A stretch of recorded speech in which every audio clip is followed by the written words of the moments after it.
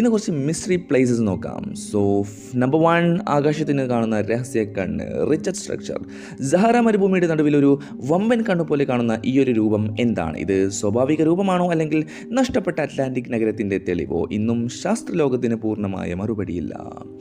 Number 2, മേഘങ്ങൾക്ക് മുകളിൽ ഒളിഞ്ഞിരിക്കുന്ന മറ്റൊരു ലോകം, മൗണ്ട് റൊമിയ.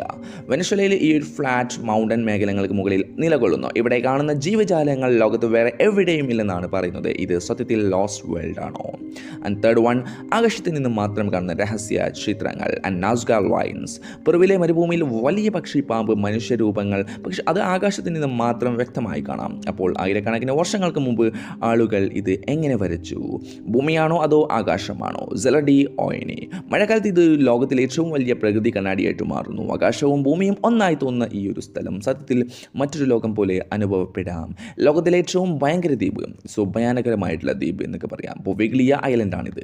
പ്ലേഗ് കാലത്ത് 1000 ആൾക്കാർ, 1000-ലും അപ്പുറം ആൾക്കാർ മരിച്ചിട്ടുണ്ടായിരുന്നു. ഈ ഒരു ദ്വീപിൽ ഇന്നും സർക്കാർ ആളുകൾക്ക് പ്രവേശനം അനുവദിക്കുന്നില്ല. ഇവിടെ നിന്നും ആത്മാക്കൾ ഉണ്ടോ എന്ന് പോലും ആളുകൾക്ക് സംശയമാണ്.